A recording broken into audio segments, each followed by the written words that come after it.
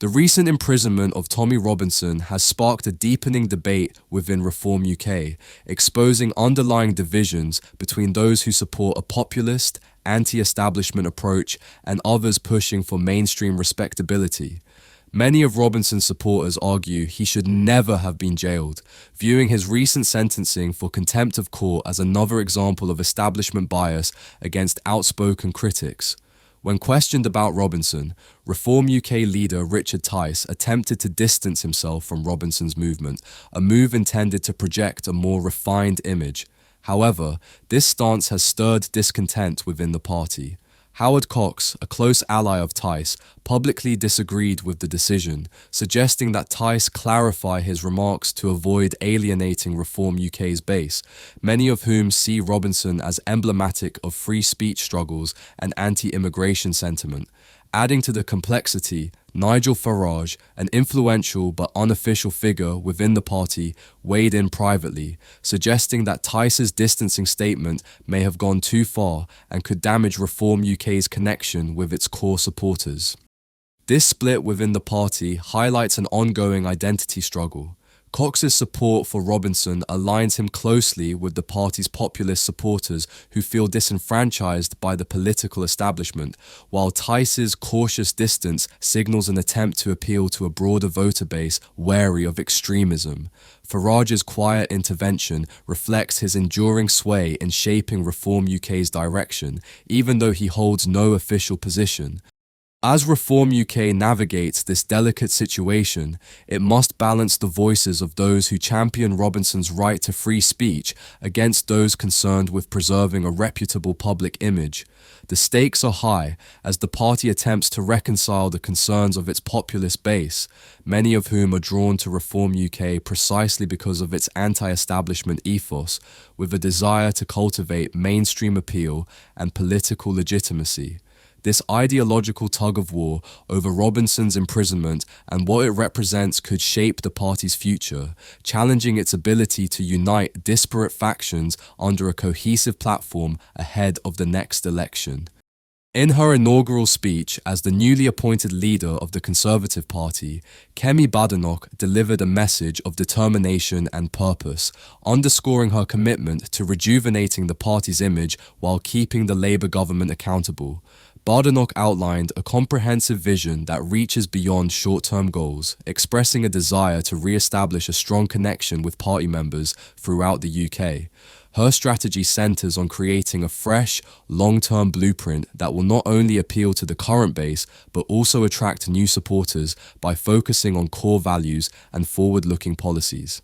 Badenoch's leadership signals a historic shift as she becomes the first black woman to lead a major British political party, bringing with her a unique perspective and a commitment to reshaping the Conservative identity to better reflect the diverse society it aims to represent.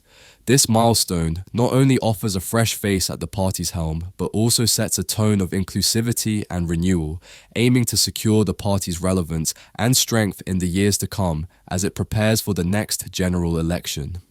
Meanwhile, Prince Harry and Meghan Markle have taken a step further in establishing their independence by expanding their property portfolio with the purchase of a new residence in Portugal. Nestled near the scenic town of Milides on Portugal's Atlantic coast, the property places them in close proximity to Harry's cousin, Princess Eugenie, and her husband, Jack Brooksbank, who have reportedly spent time in the area. This investment appears to be part of a broader real estate strategy that reflects the couple's long-term goals outside of royal duties, funded by various media ventures, including a substantial Netflix deal reportedly valued at £75 million. This acquisition marks another chapter in Harry and Meghan's journey toward financial independence as they continue to build a secure future for themselves and their children. By carefully curating their property investments, the couple is not only establishing a private and stable foundation for their family, but also crafting a legacy beyond their former royal roles. This shift emphasizes their ongoing commitment to balancing their public platform with a life focused on family, privacy, and financial security. King Charles has reportedly made the decision to reduce Prince Andrew's annual allowance and has also cut his security funding, a move that many interpret as a deliberate shift in the royal family's priorities and resource distribution.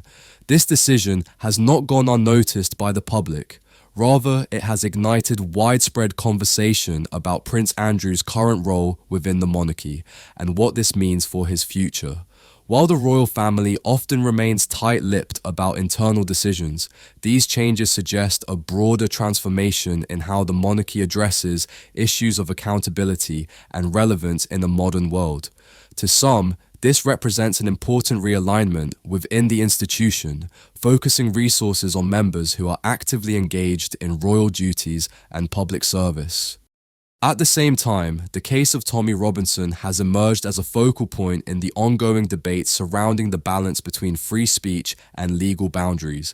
His supporters argue fervently that his imprisonment is a clear example of a broader clampdown on dissenting voices, especially those that broach sensitive or controversial subjects.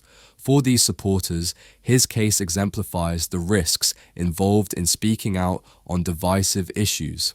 However, Robinson's legal troubles also serve as a reminder that free speech, while a fundamental right, has limits, particularly when it comes to disregarding judicial orders or undermining legal processes.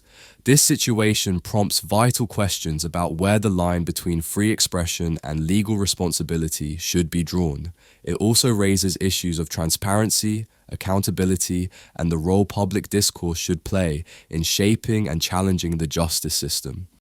What are your thoughts on these timely and thought-provoking topics?